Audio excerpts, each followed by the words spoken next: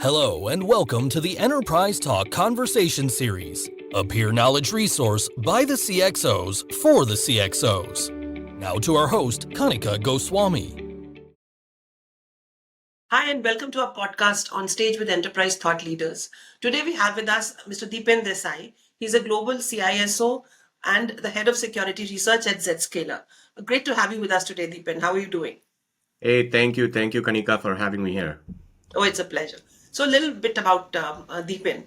As a Global Chief Information Security Officer and Head of Security Research at Zscaler, Deepen Desai is responsible for running the global security research operations, as well as working with the product groups to ensure that Zscaler platform and services are secure. Deepen has been actively involved in the field of cybersecurity for the past 19 years. It's a long time. Prior to joining Zscaler, he held security leadership roles at Dell SonicWall. You must have seen a lot of stuff change as far as cybersecurity is concerned, right, Deepan? Yeah, it's been over 2 decades actually now. The number of years keep growing. So I've definitely seen a shift in both the threat landscape side and how we approach the security model overall. Right. Lots of information coming in from there. So I just have a little bit inputs about Zscaler, and then I'll invite Deepan to tell us more about the company. Zscaler helps companies accelerate digital transformation so customers can be more agile, efficient, resilient, and secure. Their security platforms, they protect thousands of customers from cyber attacks and data loss by securely connecting users, devices, and applications in any location. If I'm missing something, you're invited to, add to this, Deepan. Yeah, no, so the only thing I'll call out is the goal is very simple for our zero trust platform. It's like a switchboard. It's connecting the right entity to the right party. And what we have done over past few years is we have extended the same zero trust model, which started with users. It works for workloads as well, which is where a lot of the organizations are investing in, and then the IoT OT devices, right, which is where a lot of these threat actors, as we see these days, are going after. So same zero trust principle, same zero trust platform is able to provide coverage both from the internet facing threats as well as providing secure remote access to those applications. Great, thanks for that. So we'll launch into the questions now, but of course, Deepen has all the freedom to change them at his will, add whatever he thinks makes more sense for our kind of audiences. What are the discussions in the industry which we may have missed? So I would really like it if you add your color to it and make this podcast a little more valuable for our listeners. So the first question I had for you is, there's a tremendous surge in the adoption of VPNs. What threats are businesses exposed to with the use of VPNs? Right. So what happened after pandemic is, the user base has been initially, of course, everyone was remote. People were trying to scale up, and there were two groups that I would call out. One group is where they were just trying to scale by adding more VPNs because the VPN capacity was not enough to support 100% of the user base. Traditionally, you will have 10 to 20% of the users that you can support with the VPN infrastructure, and then they added more. And then there is another group that realized, no, VPN actually exposes me to the threat actors, and they started embarking on the zero trust journey. But you're right, there were a lot of VPN servers that got stood up since 2020. The good thing is a lot of the organizations over the past 3 to 4 years have started realizing that it actually poses a significant risk to their businesses. Like a lot of the attacks that we're seeing actually start with someone stealing credentials and leveraging a VPN to enter the environment and then do further damage. The other thing is the VPNs themselves are an attack surface because there could be vulnerabilities in those applications that run over there. So if they're able to exploit a 0-day or an end-day vulnerability in the VPN concentrator itself, again, it provides an entry point because by architecture, VPN puts you on the network, and that's where the biggest risk starts. As 33% of all organizations have fallen victim to ransomware attacks on VPNs within the past 1 year, what are the best identifications and remediation strategies that businesses should implement to minimize the risks exposed by VPNs? Right. So one of the primary advice that I'll give you, and this can be controversial, but as a CISO, one of my top three recommendations in this day and age where we're fighting the likes of ransomware, some of the other advanced attacks, is to get rid of VPN. VPN, whether it's on-prem or the virtualized VPNs which are placed in the cloud, they both are fundamentally, the legacy architecture where, again, like I mentioned earlier, you're bringing the user on the same network as the application. You're actually assigning an IP address to the user, and then they're scanning. They can run Nmap. They can discover the network. They can exploit vulnerabilities of your internal apps or internal systems that are behind on patching. So number one ask is you need to come up with a strategy to move towards a zero trust network access based architecture. And this is where the goal is to eliminate VPN and have that ZTNA based access for your remote application. The way Zscaler helps customer, I'll just call this out.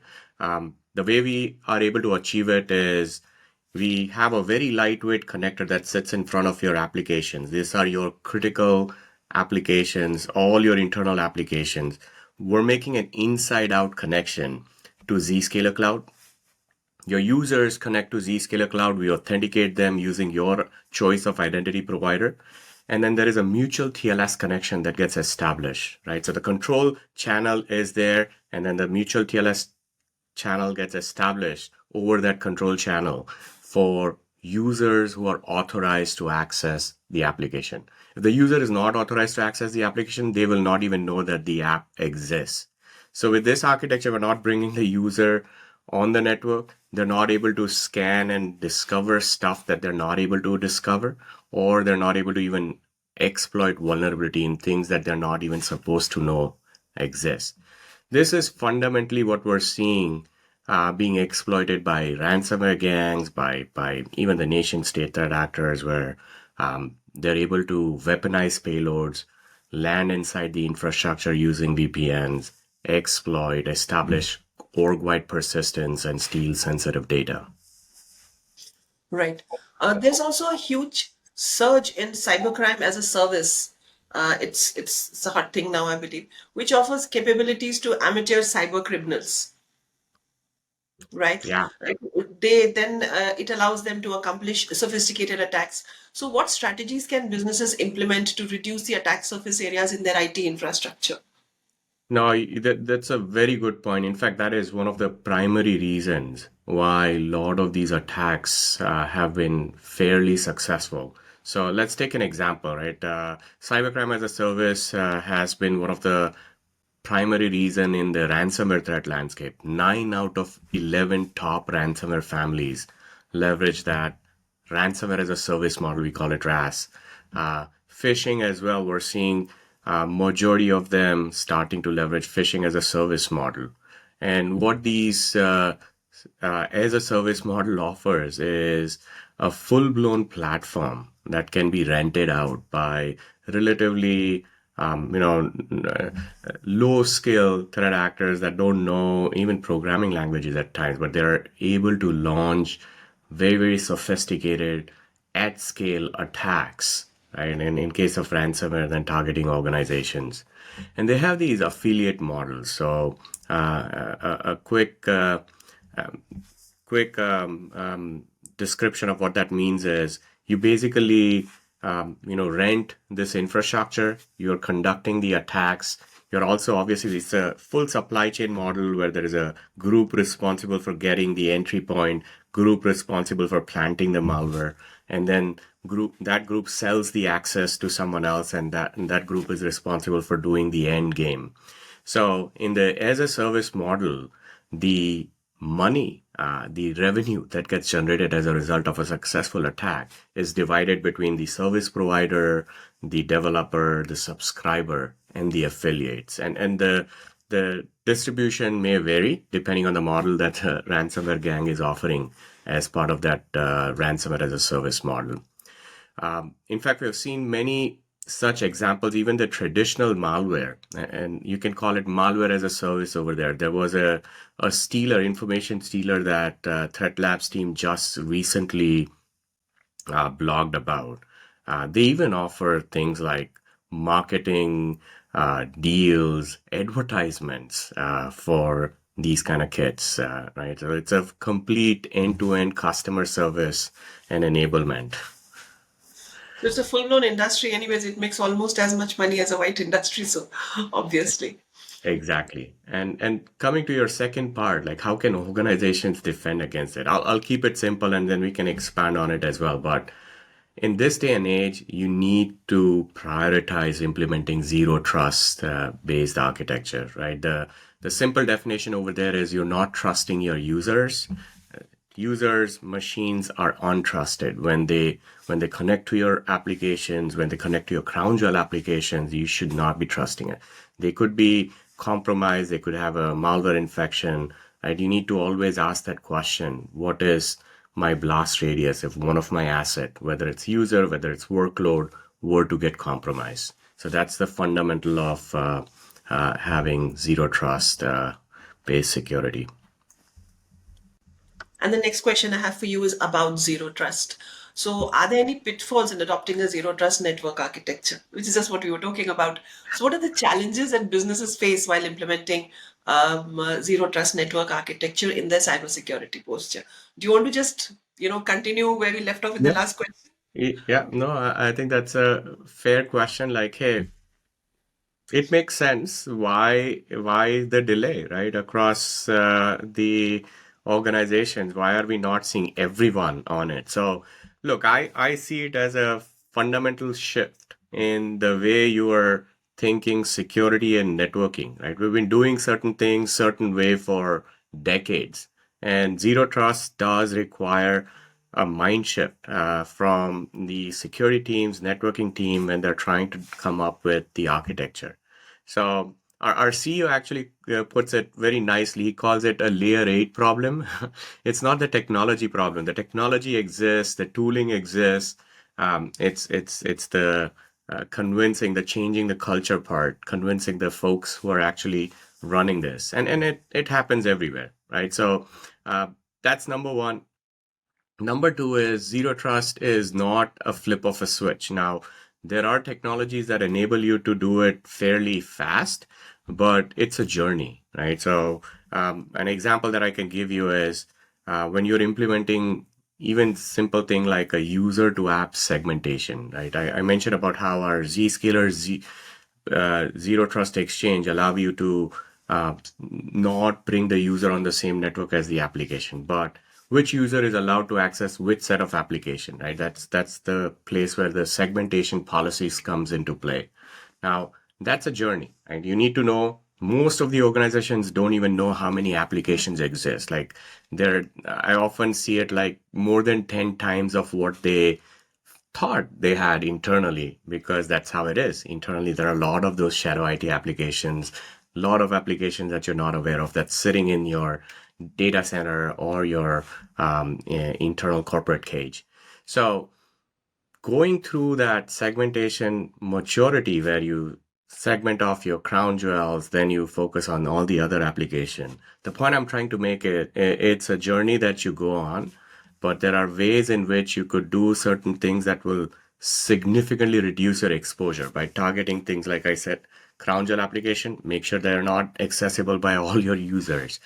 Your high risk user base, folks that are traveling, your sales force, right? You need to make sure those folks who are traveling and are high risk, they are only segmented to the applications that they need to do their daily job. They're not able to reach to your crown jewel, right? So even if their machine were to get impacted. So the point I'm trying to make is the second problem is folks need to understand it's a journey. You need to have these milestones established, right? And then you work towards it. But anyone that is fully signed on this, it's a 3 to 6 month process. Now, depending on the complexity of your environment and your organization, it may take a little longer. But during COVID, right when the COVID hit, I've seen 300,000 plus user organization completely translate from VPN-based access to Zscaler private access based, like the ZTNA based access within a period of 2 weeks, right? So it's possible. Like I said, solve the layer 8 problem, make it a journey, have clear milestones, and celebrate those milestones. Business security leaders want resilient cybersecurity strategies to secure their networks. So, what are the core aspects that CISOs need to think of while drafting their cyber defense posture to improve resilience for their companies? Yeah. So look, great questions. I mean, there are several ways in which CISOs communicate their cyber defense posture today. I mean, I myself have to do it when I talk to my board, I talk to our customers as well. There are NIST, CSF framework, MITRE framework. There are several frameworks that actually allow you to make proper progress. But in my opinion, a risk quantification tool that allows you to track how do you compare to your industry peers? Are you doing the right things? Are you prioritizing the right things when you compare it to what we're seeing in the threat landscape out there? We actually build a tool, and this is a tool built by the CISO org for CISO. It's called Risk 360, and we announced this at our user conference a couple months ago. The concept over there is simple. When you're looking at improving your security posture, you need to look at 4 stages. Number 1 stage is, and this directly aligns with the attacks that you're seeing in the wild. You could take an example of a ransomware attack. What are you doing to reduce your external attack surface? This is what the bad guys see when they're trying to target your company over the internet. They don't even need to be in your environment. They're trying to do a recon phase. So stage 1 is, what are you doing to reduce your external attack surface? This is where if you're using a zero trust solution like Zscaler, you're basically hiding behind Zscaler proxy-based architecture, right? And there's no attack surface. It significantly reduces your attack surface. Stage 2 is, are you able to consistently apply security controls to your users, your workloads, no matter where they are? So even if the user is traveling, at home, in office, consistent security policy with full TLS inspection should get applied. So that's the stage 2. You need to make sure your maturity, your consistency is high over there. Stage 3 is where I call prevent lateral propagation. This is actually the difference between a point incident and your entire environment going down. So a very simple question that I always tell CISOs to ask is, what is my blast radius? If my laptop today were to get compromised, where all can the bad guy reach from my laptop when I'm doing my daily work, right? So this is where the concepts of zero trust comes in, the user to app segmentation, app to app segmentation, where you're able to contain the attack to the device, the user that made the mistake, rather than exposing the entire environment. So what are you doing in order to reduce that external, lateral propagation phase? That's the third very, very important stage. And then the final stage is, every threat actor is going after your data. All of these attacks, whether it's ransomware, info stealers. So are you applying consistent data loss prevention policies to all your traffic that egresses your endpoints, your workloads with full TLS inspection? This is where you need to leverage machine learning. You need to leverage auto data classification modules. You need to leverage custom dictionaries, EDM, IDM modules that allow you to identify the data that is critical to your organization and prevent that from leaking out from any of your assets. So that's how I would look at it, these 4 stages. And that's what we actually do in our Risk 360 module as well. It's a tool that a CISO can bring up in front of their board as well. Here is how my risk is trending across these 4 stages at the top level. Here is how I'm doing compared to my industry peer. And then it also maps it across some of the frameworks like NIST CSF. That's an interesting learning. I hope, a whole number of CISOs who are listening to this podcast should draw some value from it. Now, my next question is a bit controversial, but what is life if not controversial? So, you think businesses should pay ransom if they become a big victim of a ransomware attack? That- Um, yeah, in that details, in detail.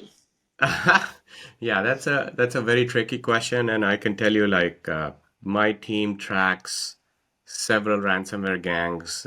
We do monitor not just what happens before the attack is carried out, but also what happens after the attack is carried out. And a lot of these ransomware gangs are operating as if they're providing a full-blown, I like to call it ransomware pen testing service. So after the victim pays ransom, they deliver these reports and a lot of customer service. Let me put it that way. So coming back to your question, I think it depends. It depends on the type of industry you are in, the type of data you are dealing with. Anything that can cause significant, security issue, physical security issue, or security of, think of Data. healthcare, right? Where you have hospitals. If that were to go down, right, and it's going to impact the way in which you are treating your patients, and there's a physical lives at stake. Um, Fortunately, there are some gangs that won't target it, but there are still gangs that will just indiscriminately target all the organizations. So in those cases where there is significant risk, it's okay to pay ransom. But in general, it's not a good idea. I would recommend involving law enforcement, right? Your local law enforcement in fighting this. You should absolutely prioritize all preventive strategies first, right? So that you don't end up in that situation. Backups, good backup hygiene, so you're able to recover from these attacks. They will steal your data, so you need to have proper data security standards established as well. Um, net, I would say organizations need to, again, go towards the zero trust principles where if they're not able to get to your crown jewels, even if they pop one of your user account, one of the asset, the risk of these attacks significantly go down for your organization. But I know you said detailed answer on whether to pay or not. I would say again, it depends. In It, general, no, but if it's something at risk, some lives are at risk, yes, you should. so I made a mistake there. What I should have asked is, how soon can this be turned into the next Marvel movie? How soon can this be done in? Into the next Marvel movie. Cyber attack gangs. Yeah, no, We have agreed. I mean, we have things coming from outside of our galaxy, from other universes. We have such interesting criminals sitting among us. yeah, You know, why yep, not? yep, agreed. Very much Or possible. yes, interesting possibility. So how can businesses embrace artificial intelligence? You must have been asked this, I think, dozens, if not hundreds of times. How can AI minimize the risk of cyber attacks? Uh, Yeah, so look, generative AI, I mean, by AI, you're referring to the overall artificial intelligence, machine learning. Um, Generative AI obviously has been the talk of the town. I was at RSA, Black Hat, everyone is talking about it. Look, it's a real game-changing moment, I would say. The Chat GPT and the like kind of it's an application, by the way, ChatGPT, right? It's just one application of large language models, but it clearly outlines the impact that it can have, right? It processing large scale data and then allowing humans to ask simple text-based questions and get responses which are very, very relevant, high efficacy responses. So now translate that into any industry that you want. I'll talk about SOC or security industry. There is like almost every vendor, including Zscaler, we're building these co-pilots where SOC teams can ask simple questions and they are able to get the right data set and response. They're able to investigate these incidents and take action in relatively rapid manner without having to learn the knobs and the queries and the constructs, right? You're now able to scale that level one SOC to the same level as someone who's been doing this for several years. So game-changing innovation. Every organization should incorporate that, should start evaluating how they can embrace it in increasing the productivity. But there is just like with anything new, there is always risks, right? And we're also starting to see the risk aspects of AI. This is where we saw. I'm not going to name the companies, but some companies report where their intellectual property data was accidentally leaked because someone was just posting code to the public ChatGPT version. Once you do that, it gets added to the it gets added as a training data set, especially the public version of it, right? There is other form of data exfiltration where even in your prompts, when you're asking question, if there is anything sensitive that is getting logged, that is going in the prompt engineering phase, and many of the employees that are using this don't realize it, right? So data exfiltration remains number one concern. But if you flip the side, even the bad guys will use this. Think of them leveraging it to create localized phishing pages. Right now, they don't need to learn the language. Even a threat actor based out of Russia can write a very well written email or craft a very well written page targeting countries like US or anywhere in the globe. So it will get leveraged by the bad guys. We're seeing some examples, including even in the malware space, where they're able to build new malware binaries. Right? And this is where it is important for organizations to also leverage machine learning AI to defend against these type of cyber risk threats. And this is where I'll call out us as a vendor. We try to help out thousands of global organizations. We leverage machine learning. We have been leveraging that for several years. We're also adding generative AI component. So there is a predictive element of AI, and then there is generative element of AI, combination of which we try to solve and address various use cases across data protection, across malware protection, and also on the user experience side. Yeah, so that is something that I was thinking too, that AI is largely used or has been largely used for predictive kind of uses for security. So now there are tools available which use generative AI for fighting ransomware, maybe.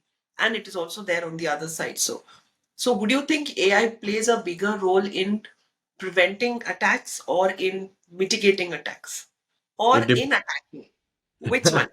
it depends on how you use it, but it has potential to help with all three sides, right? And Right. and I know I said even in generating the attacks because it is going to happen, right? Of Just course. like with just like you have your researchers or your developers using C programming languages to write the program, there are attackers using that same programming language to write exploits that are targeting those programs. So this is going to get leveraged by the bad guys. And Mitigation is interesting. Like the way I look at it is, yes, there will be those predictive elements, generative elements that will help you in detecting and blocking certain things, but taking mitigative actions. I think it will take some time before we can rely on this to also start making policy decisions. So the way we plan to use it right now is it can make policy recommendation, but there will be a human that has to vet it out and implement it. So there are certain things that we could orchestrate automatically, but more complex things, we will have human in the loop to make sure it's getting trained and it's doing the right thing. so perhaps your first response, the system which is to be followed, the steps that have to be followed, maybe generative AI can play a role in that, but there has to be a governance model in place to make sure that it does not go out of hand or, falls off the boundaries or creates further trouble, so to speak. Absolutely, because there are going to be attacks against these large language models as well. I mean, the hallucination piece is real, where you could even poison the training data set, and the bad guys will do it to the good guys' large language models. So imagine, your and I was reading about this the other day. These kind of things are already happening where your large language model initiative results in exposing terabytes and terabytes of your data, right? Because of a wrong policy decision. So it is something that not only we need to embrace, but we also need to have a strategy in place on how you're going to defend against the attacks that are leveraging the same technology, and then how you're going to defend your own large language model stack so that the bad guys are not impacting the outcomes. And I think we've also answered the next question I had for you. Does generative AI expose business to cyber threats? If yes, then how and what are the strategies to minimize the risk? Do you want to add anything to what we've already discussed? Yeah, I mean, look, as we went through, I see generative AI can be leveraged across the kill chain, starting with phishing pages, as I mentioned, phishing emails. They can even think about ransomware. Even the ransom notes that you see, it can be crafted using something like ChatGPT. Net, I see threat actors will continue using machine learning AI to conduct sophisticated social engineering attacks. An example that I'll call out, and this is something I already spoke about early this year, but it's a good, relevant one. Someone took audio clips of our CEO, Jay Chaudhry, and leveraged those audio clips to come up with a short voice message that was then used to target some of our employees, where it's like, hey, this is Jay Chaudhry. I need you to help me with something. I'm in a place where the coverage is bad, and then the phone cuts off, right? And then it follows that up. So now there is this voice that is exactly Jay's voice, because it was generated using machine learning models, leveraging all his public speaking files. And then it is followed up with cleverly crafted text messages that, hey, I just called you. Can you do X, Y, and Z for us? Now, thankfully, in our case, the employee realized, he tried calling back. He reported it to our CERT team. But imagine these kind of attacks happening against broader enterprises. They will be hard for your end users to flag. So make sure you have your employee security awareness training covering these type of examples as well. Always pick up the phone whenever these kind of reach outs happen. And then you also need to invest in your security controls, right, in order to minimize the attack. And this is, I think, the biggest point for security. Next month is Security Awareness Month all over the world. If the employees do not know about this kind of a risk, they would just go ahead and deliver. And the job is done. Then there's nothing much you can do. So it's been wonderful talking to you, Deepen. Very interesting conversation. And we took too much of your time. We had promised 15 to 20 minutes. I think we've gone overboard by, I think, easily about 12 minutes, if I'm not mistaken. But it was an extremely interesting discussion. Thank you so much for your time. Thank you, Kanika. I really enjoyed our discussion. Thank you for having me. Thank you so much for being with us. Please do follow us on social media for regular updates and new content.